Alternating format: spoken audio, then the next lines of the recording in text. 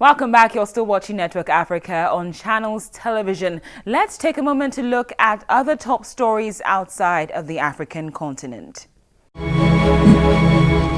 A powerful 7.6 magnitude earthquake has rocked northern Chile just over 24 hours after an 8.2 tremor killed 6 people, destroyed 2,600 houses, and led to mass evacuations. A tsunami alert in Chile and Peru was again issued but was later lifted after waves of 2.4 feet hit coastal areas. The quake is the strongest of several aftershocks following the April 2nd tremor. Then the United Nations has confirmed that the number of refugees who fled Syria and registered in Lebanon has surpassed 1 million. Lebanon now has the highest per capita concentration of refugees worldwide. About 9.5 million people, almost half of Syria's population, have fled their homes since the start of the conflict. And he's facing trial, but someone is seeking to end his life before he is sentenced. A bomb has targeted the convoy route of Pakistan's former military ruler, Pervez Musharraf, within minutes of him passing. It was an attempt to target the former president, however no casualties were reported. The blast struck a bridge on Mr. Musharraf's route from a hospital in Rawalpindi, where he was being treated for chest pain, which he began experiencing in January on his way to court at the start of his trial for treason.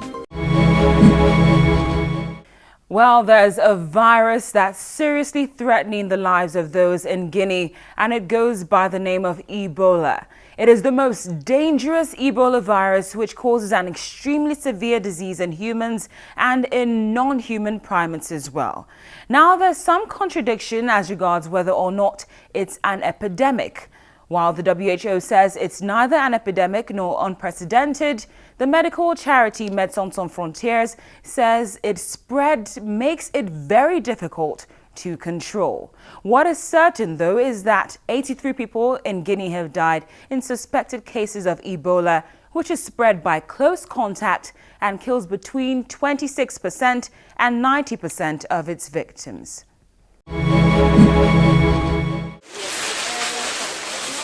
The outbreak of one of the world's most lethal infectious disease has shocked a number of governments with weak health systems, prompting Senegal to close its border with Guinea and other neighbors to restrict travel and cross-border exchanges. Government-run awareness campaigns have sent Guineans on a rush for cleaning products in a bid to protect them from infection.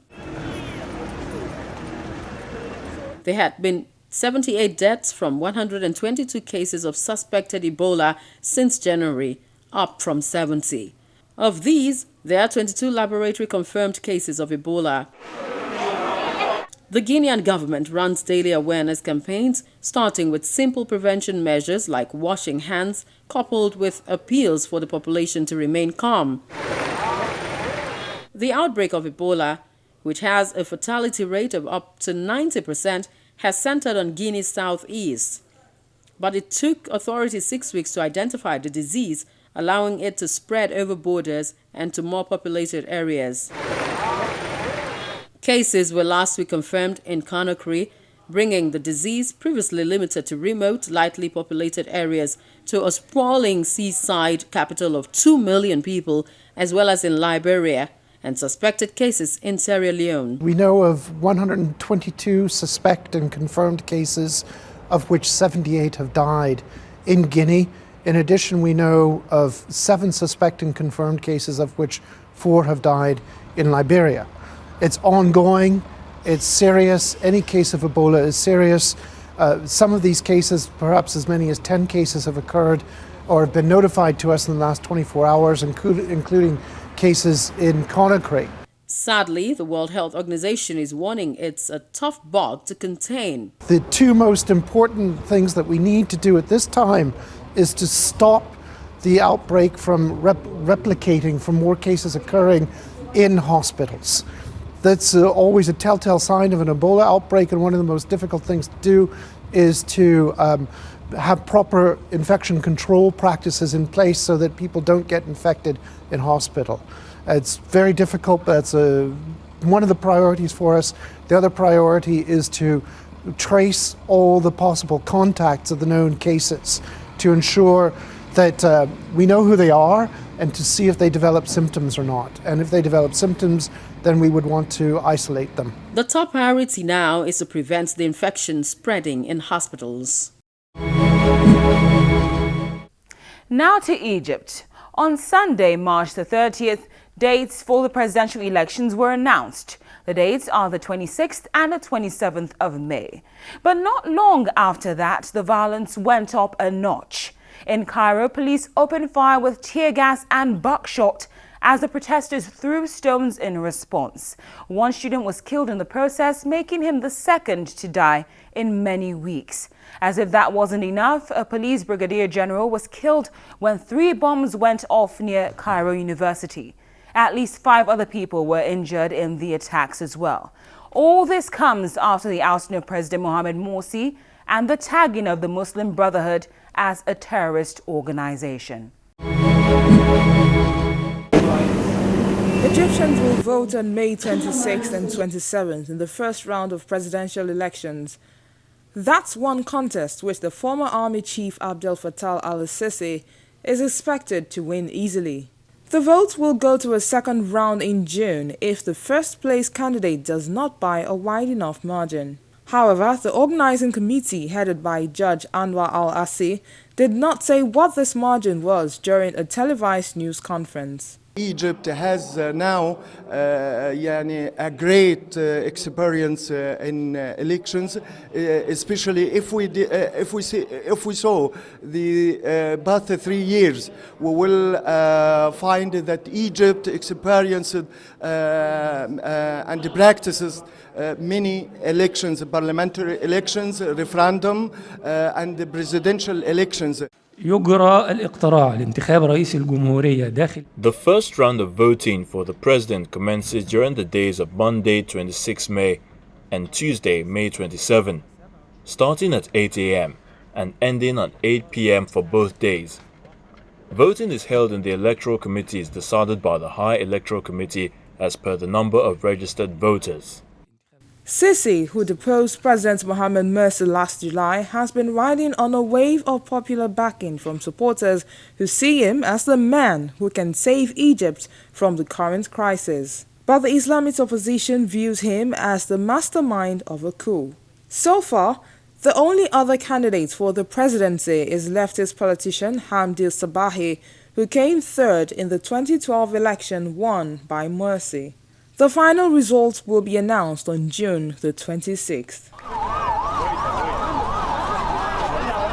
Meanwhile, not long after the announcement, protests by pro-Muslim Brotherhood students in Cairo continued into a second week.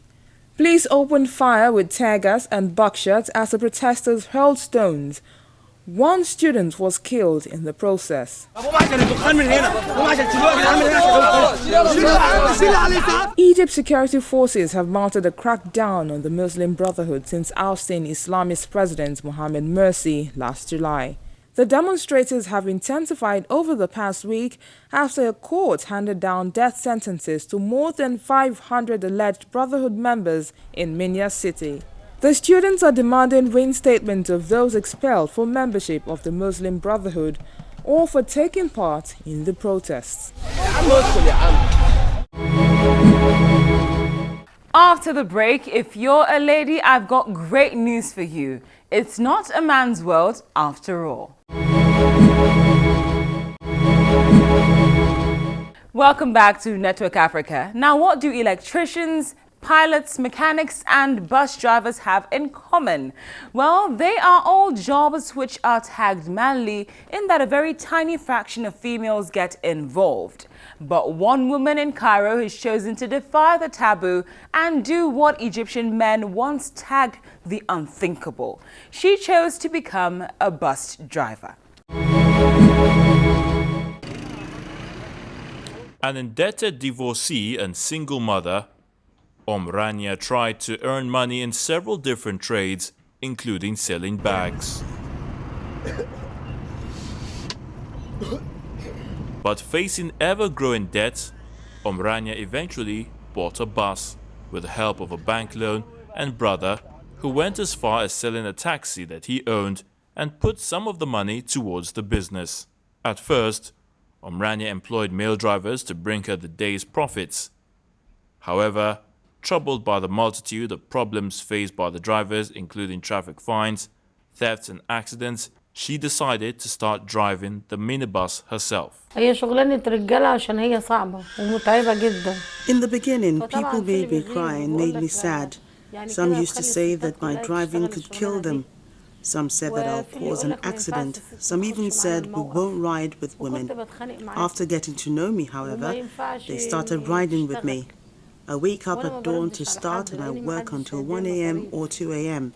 Honestly, the authorities and traffic department are sympathetic regarding my situation.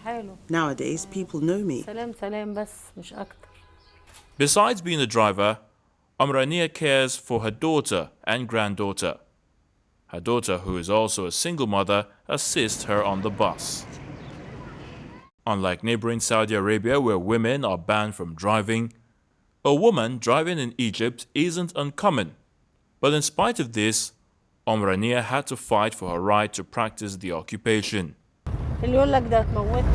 Well, it's a man's job because it's quite difficult and tiring.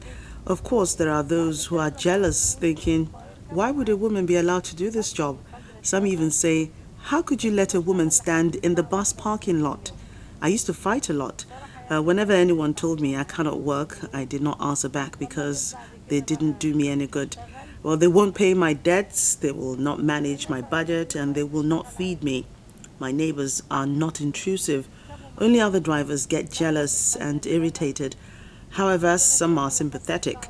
They let me jump my turn in taking customers. And the jealous guys ask, why should Omrania take a turn? Should we wear a veil and become women to take a turn? They wish they were women.